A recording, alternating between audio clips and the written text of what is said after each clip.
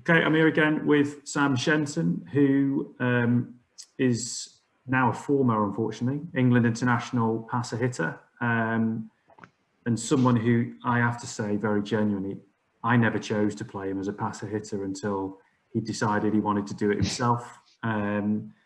Sam was probably hit 6 foot in about year 8, I would imagine it was. 6'4", probably by the time I was in year 9, year 10. Yeah. What are you now?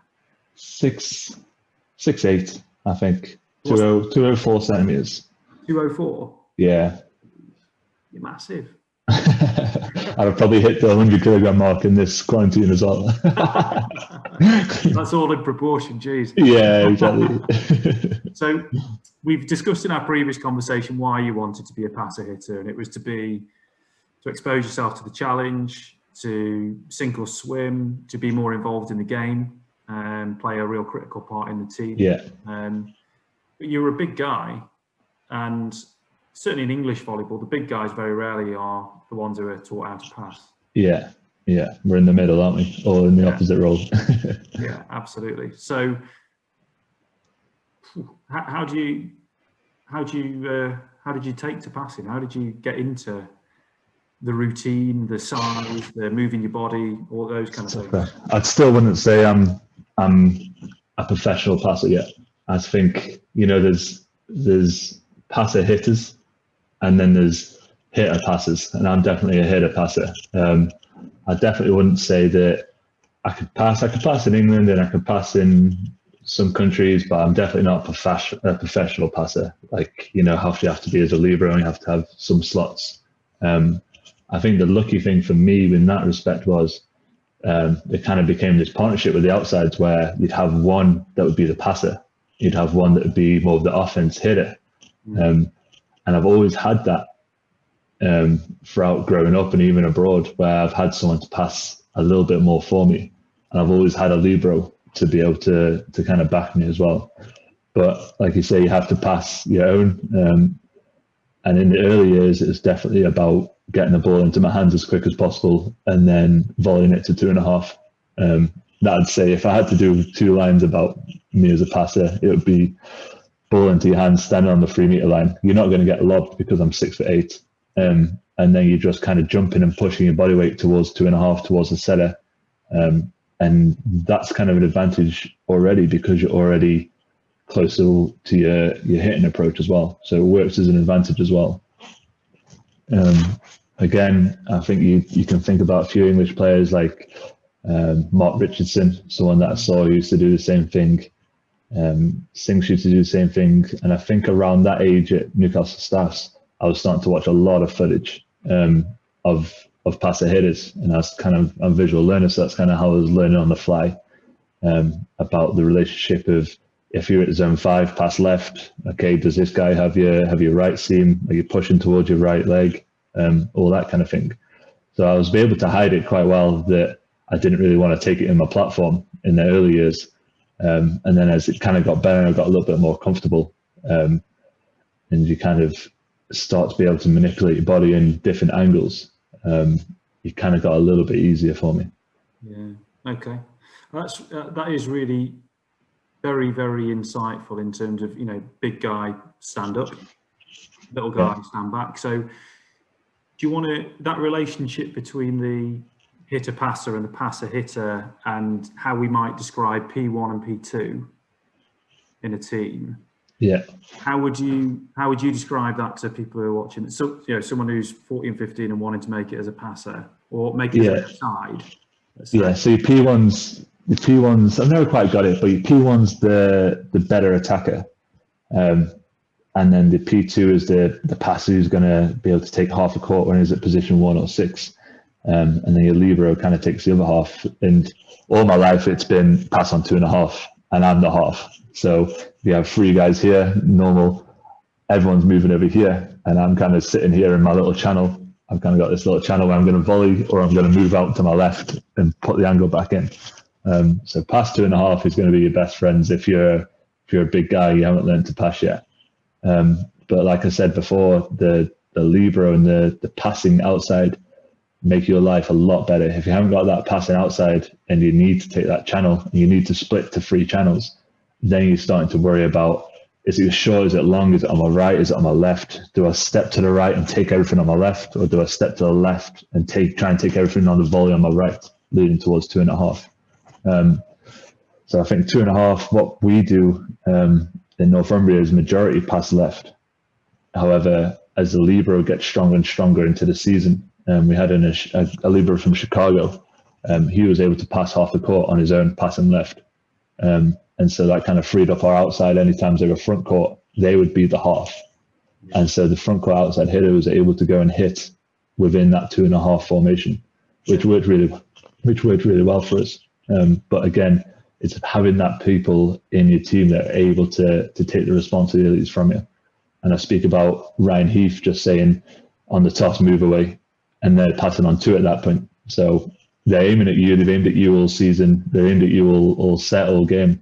As soon as he throws the ball up and he's looking at the ball instead of you, move out the way and I'm going to take this ball. And so we think about Ryan there helping me out.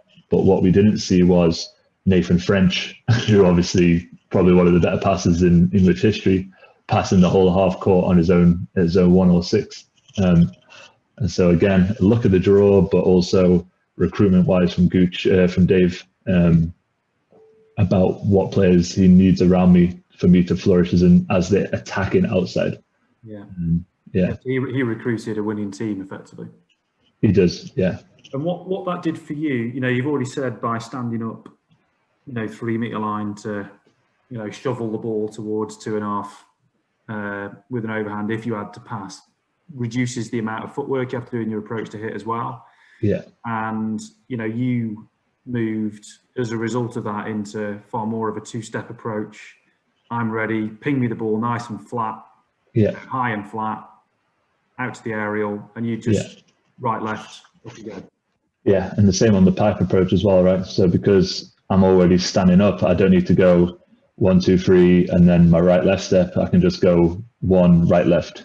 And it's something that I think the modern games go into, where these guys are just, you learn it as left, right, left. There's claps if you remember doing this when we were kids. And now it's becoming slow jog, tiny steps, right, left. And that right step's taking so much force on the body and then just pointing you straight up into the air. And it's so quick. It's unbelievably quick. And I think probably if I had to name someone, probably Ingapeth, who's probably brought it into the spotlight in that respect. But yeah, being there and then just, again, you're shoveling the ball and it doesn't look that pretty, but your body weight's heading all for your right foot. And your right foot's leading towards 2.5, the middle of the court where the setter is. So all your body weight's leading through that right foot, and then you're not volleying the ball where you go here. It's more of a defense. Your elbows are locked, your triceps are tensed, and you're pushing the ball, and you're defending the ball over to that target. And most of the time it works out quite nicely. Sometimes you get caught with a ball that just goes down here, and then you're in a little bit of trouble. But most of the time, if you attack the ball has nowhere to move. Yeah. You are. By reducing also the flight path of the ball, you're reducing the margin of error, aren't you, on the movement and flow? Yeah. So that's really interesting. So you got to play with, certainly in England, 3, maybe 4, but 3 top class liberos who were definitely liberos. In the other, Will Roberts, Ryan Heath, and John Chapman. Yeah, they were liberos through and through. The other one, who you played a little bit with, who is definitely not just a libero and he hasn't played it for years, would be Elliot Francis. Talented passer, but talented at everything and annoying. Yeah, definitely a universal player, isn't he? Yeah. Clap apart from middle. So you were able to rely on and build up relationships, and one of the things that I think is really interesting for, again, people who are listening to this to try and understand is the relationship and the communication between the passers. Yeah, it's definitely massive. And like we had, and so massive reliance on the libero. And I think that if the libero wasn't a specialist position, I probably wouldn't have made it 3 years abroad. So massive reliance on the libero. And I think the libero that's probably best suited towards me was Ryan, but just because I lived next door to him at Loughborough for 2 years as a 15-year-old, so we kind of have that. He could literally yell at me in my face and the next point it's fine. Or I can be like, you know, we can have these on-court scraps and arguments, but when it came to the serve receive, he was the guy in charge, and I'd do as he say. And you'll also see that if you watch the film, that a libero that's helping the outside hitter, when the outside hitter scores a point, that libero's acting like he's just scored a point, you know? So it is that communication, the to and from, where the libero is a big part of you scoring that point because you're free to score that point. But yeah, like I said, in Holland, in the film sessions that we had, we used to draw up these templates of, we'd have the data volley of this server serves zone 5 if he's at 5, and if he's at zone 1, he'll serve down the line at zone 1. And so anytime that he was at zone 1, straight to 2.5. Anytime he was at zone 5, okay, you might move out on this ball. And so it can go to a massive level. It can start at a basic level where, okay, pass left, or okay, you try and use hands, I've got you deep if it lobs you. And it can go to a point where it's like, okay, if he looks at 1, he's probably serving 5. And then if he's standing on the sideline at zone 1, he's going to try and put it short to 2. And like we had assistant coaches and stuff that were able to say, he's on the sideline, he's not closer in, it's definitely into short to 2 here. And then we can kind of adjust, and it kind of becomes a lot easier, and you have a little bit more time when you know the ball's coming. And that's kind of the analysis kind of side of things. Yeah, that's really interesting. And so, you know, passing units, I think the dose of reality for everyone in this conversation, listening to you say that, is you can only do that if you're training 5 times a week and doing video sessions, and you've got, like, you don't have to have the assistant coach, but I tell you what, your memory's got to be flipping good. Sure, yeah, for sure. And like at the level that, you know, Newcastle staffs and the age group, it's just about figuring out early and just not being proud enough to say, no, I'm passing the channel. You know, if you have a guy, and they all come to the top, don't they, where it's like, okay, I'm confident in passing, and you see it in the serve and the serve pass drills. You've got one guy who's shaking here like this and just trying to shovel the ball, and you've got a guy that's relaxed. And it's about the guy who's relaxed to kind of say, I can probably take half a meter more here. And you kind of work as a mini team there. And then one thing that I think isn't done enough in England is the opposite's part of the serve receive, and the middle's part of the serve receive, and the setter's part of the serve receive. And so, like, if I'm at zone 5, if you can imagine this, I've got the setter, I've got the middle in front of me at zone 3. The middle's got the short serve. So what would happen a lot of the time is, okay, big 6'8" guy, he's hitting a lot of the points. Let's serve him short so he's out of the offense. I've had time and time again a middle just take that ball, and I'm still in the offense on an easier serve. And so they're still involved, and we've had jump serve where if the opposite is at zone 1 or at zone 2 or at zone 4, they're in the serve receive for the jump serve. So now instead of passing in 3 channels, you're passing on 4 channels.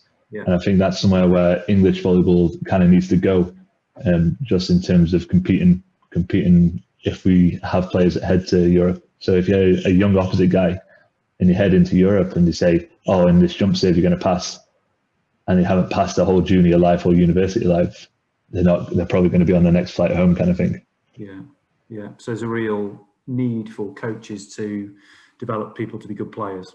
Yeah, kind of all round. Yeah, exactly. So in terms of communication in the passing unit, what let's just focus on you and Ryan, and I know Ryan pretty well as well. So let's take any of the swearing out of the conversation. But you've got, I don't know, you're at training, and you're in a game. You're playing against Polonia. I'm trying to think. They used to have that big guy opposite, didn't they, for that season? The Oro guy, from Brazil. Yeah. Coming in to serve against you and Ryan and whoever your other outsiders at that time. What's the communication in your unit for that? For a top spin, we're looking channels at top spin. It's hard to hide when you get to a certain level. If the ball's coming over like this, okay, I'm probably just going to free ball pass this or down ball pass this. But the guy, he was a good server, and you think about other servers that they had, when it gets to that level, and you can tell, you'll see it in his approach, this guy's going to serve a lot harder than we used to. You can't really hide, and that's kind of where it was kind of sink or swim for me. So passing that channel in a top spin was about taking a little bit to your right, a little bit to your left, and then going out. We kind of knew where he was going to top spin. So if he's from zone 1, a lot of the time they'll thumb up and go to zone 1 on the other side of the court. So we kind of knew where to stand. but you can't really hide that much when compared to a float serve. Would there be much kind of conversation between you? Yeah. Before the match and during the game, some of the pass left stuff comes. So if we're passing left, but say we've got Frenchie and Ryan in, Frenchie's probably going to be on the right sideline, but he's passing a lot of court to his left. And then Ryan's kind of with me in the other kind of 2/3 where we're passing left and a little bit right. So we kind of know where the ball's expected to go, but we're ready for it if it comes our way.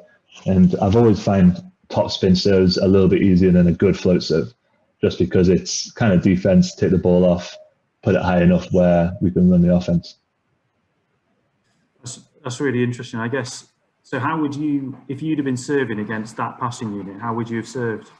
I would have served me short.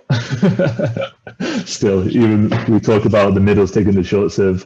I would have served me short and into court because I wasn't capable enough of getting outside at that point. I don't think if he had took me out. And Andy Clayton would have just passed it for you. Andy Clayton would probably pass it. Pete might have struggled a little bit, but the ball definitely would have been high. But I don't know if it would have been 2.5. Andy should be an outside. We've all said that from the get-go. But yeah, out of them two, you definitely give Andy a bit more of the responsibilities. Yeah, I can imagine why.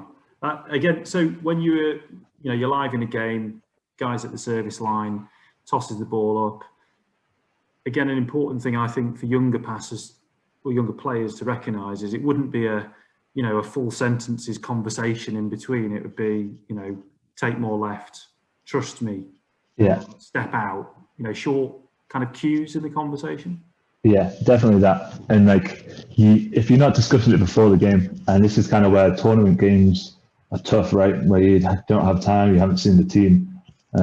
So at that under 18 level, it's about figuring out what to do in the second serve. Okay, first serve, you kind of play your default, okay, pass left or pass right, or I'm going to try and volley, get my deep for me, or okay, it's going to zone one, let's see what we can do there. But and past the over 18 level, you're looking at it and you're kind of figuring out what you're going to be doing. And you're looking, even on your side in the offense kind of things, that is your opposite strong enough backcourt to be hitting the one ball, or do we need to rely on the outsides and the middles here?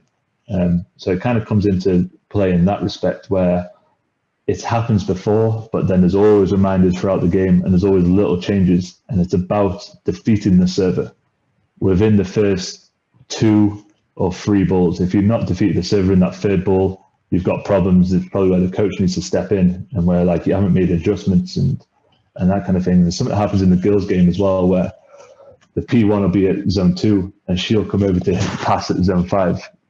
And she's out of the offense while we've got an opposite that's having to run and she's out of the offense.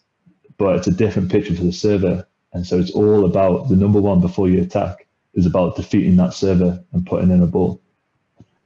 That's really interesting about that kind of that tussle and how you kind of manipulate. Yeah, the priorities and yeah, exactly. Yeah, and so, in most of English volleyball, even beyond the junior stuff where there's tournaments, people are tending to play a system of passing as opposed to a way of playing against that specific server because we haven't got a video or this.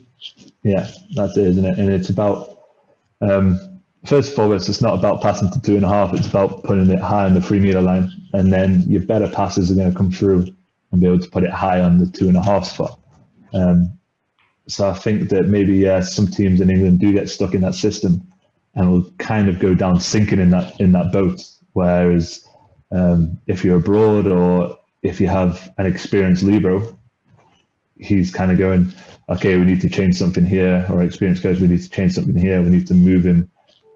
He served at 5 easy the whole game. Let's move everyone over to 5 and make him serve 1. And so the system where it's kind of stagnant about passing left, passing right, it's kind of old for volleyball, and it's something that needs to be changed. But if you haven't got the confidence and take it all the way back to partnerships as a passer hitter and a hitter passer and a libero, if you haven't got the confidence in your libero and your passer hitter to be able to make these adjustments on the fly in game, then you win or lose games. And I guess that's the point of volleyball. Yeah, absolutely. So effectively what we're talking about is layering up degrees of complexity or rate options of different solutions of how to deal with a pass with a server. So you kind of, the basics are, you've got 3 people in the unit, put it up high, own your channel. You then kind of finesse that a little bit to say, well, your channels are actually half and half in a thin channel.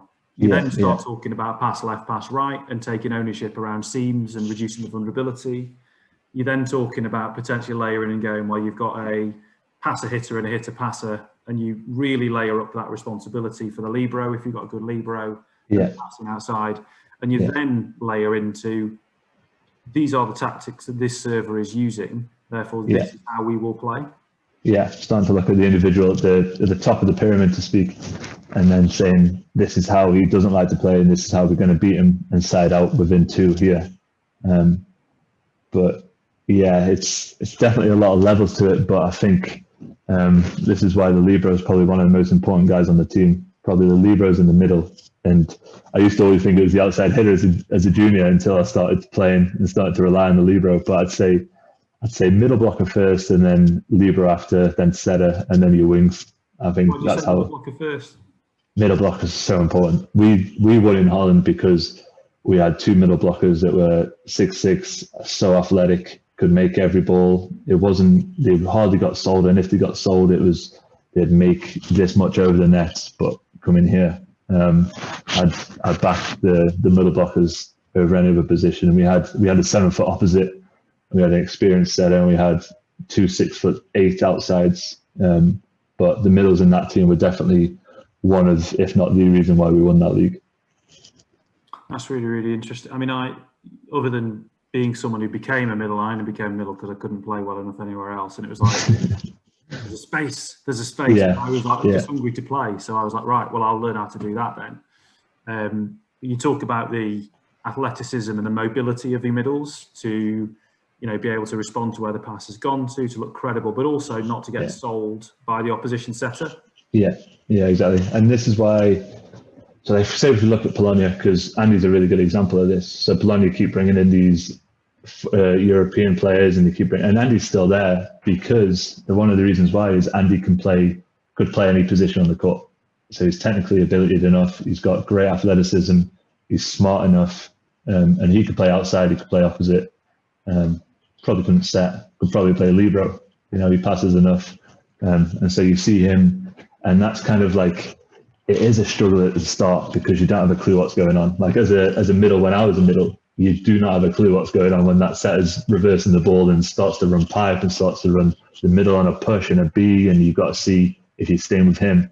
But once you get over that level and you start playing a really strong level, and you figure it out and you read tendencies, the back arch of the setter, or if he drops his hand, he's set middle, that kind of stuff, you become really, really valuable to the team. And that's why it's called a middle blocker, not a middle hitter. Yeah. Even though most of the time in the junior level, you are hitting more than you're blocking, just because you're going all over the place and you can't really control your feet. But I think you get to a certain level where you rise, you kind of break through, and you become a really important part of the team. That's really, really good insight into the role of the middle as well. And I can see why you're becoming a hot property as a coach. What was interesting when I spoke to Meg and to Rue about setting was, and I see this as a real threshold in terms of performance level and setter. So they both basically said the job of a setter is to get to the ball wherever it is as fast as you can and set a ball that can be killed. Yeah. There was none of the, well, passers will have me running around the court and blah, blah, blah. There was none whatsoever. It was just like, my job is to run to wherever the ball is, set up an attack. And it's such a different mentality. And again, I do wonder about, I don't know about other countries because I've never coached it or played in another country, but we do present this model of 3 passers, and they have a channel, and they'll protect their seam, and they pass to 2.5 because that's where the setter wants to stand. Yeah. Well, no, the setter's job is to get to the highest point they possibly can and set a ball. Yeah. I think going back to the height of a position, I think Brad has said it as well in his video. If you can put that ball like 12 meters up in the air, 50 meters up in the air, you're running an offense. Yeah. And then, okay, the setters at this level probably can't set the middle from the 3-meter line, but abroad they can. Because the middles are 7 foot, 6'8", and they're going to be open. and ready to hit the ball.